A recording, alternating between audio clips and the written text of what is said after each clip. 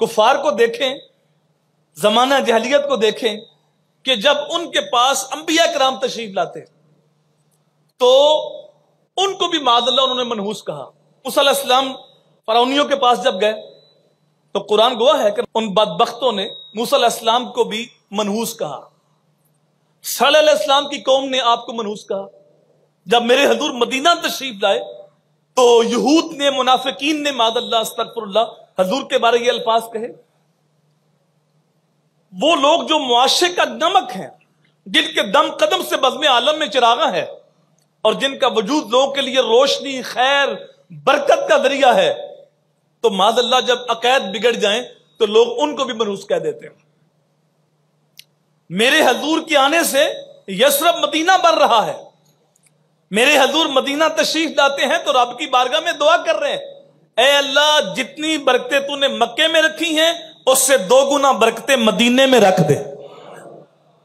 آقا دو جہاں صلی اللہ علیہ وآلہ وسلم غزوہ تبوک سے واپس پلٹتے ہیں تو جب مدینہ قریب آیا تو مدینہ منورہ کی طرف سے ہوا آ رہی تھی جس سے گرد و غبار اٹھ کے صحابہ کے چہرے پہ پڑ رہا تھا، تو صحابہ نے اس گرد و غبار سے بچنے کے لیے اپنے اماموں کے شملے چہروں کے آگے کر لیے۔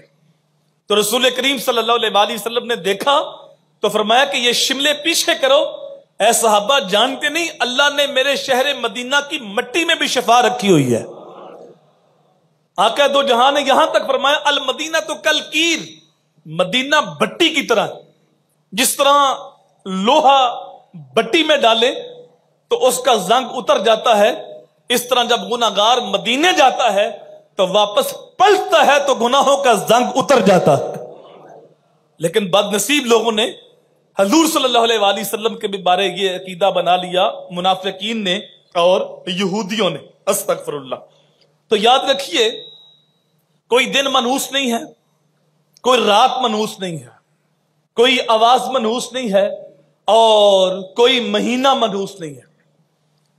یہ ہو سکتا ہے کہ ایک دن کے مقابلے میں دوسرا دن بابرکت ہو، افضل ہو، ایک رات کے مقابلے میں دوسری رات بابرکت ہو اور افضل ہو، ایک شخص کے مقابلے میں دوسرا شخص بابرکت ہو، افضل ہو، یہ تو ہو سکتا ہے۔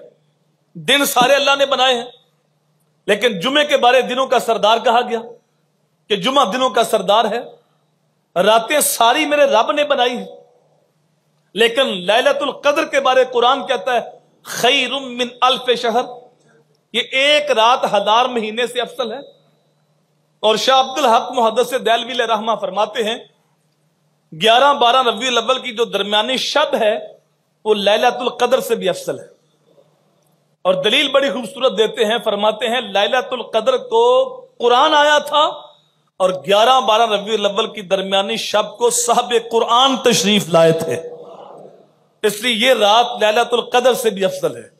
اس طرح انسان سارے اللہ نے تخلیق کی ہے، لیکن انسانوں میں جو اہل ایمان ہیں وہ افضل ہیں، اور اہل ایمان میں جو علماء ہیں، حفاظ ہیں، وہ افضل ہیں، اور علماء سے اولیاء اللہ افضل ہیں، اولیاء اللہ سے صحابہ افضل ہیں، اور صحابہ سے نبی افضل ہیں، نبیوں سے رسول افضل ہیں، اور رسولوں سے آمنہ کا لال محمد عربی افضل ہے۔ میرے امام بولتے ہیں خلق سے اولیاء، اولیاء سے رسول، اور رسولوں سے اعلیٰ ہمارا نبی، ساری مخلوق سے اولیاء افضل ہیں، اولیاء سے رسول افضل ہیں، اور رسولوں سے آمنہ کا لال محمد عربی افضل ہے۔ تو یہ عقیدہ رکھنا کسی شخص کے بارے میں کہ یہ منحوس ہے تو یہ قرآن و حدیث کی تعلیمات کے خلاف ہے، اور ہمارا دین ہمیں اس کی اجازت نہیں دیتا۔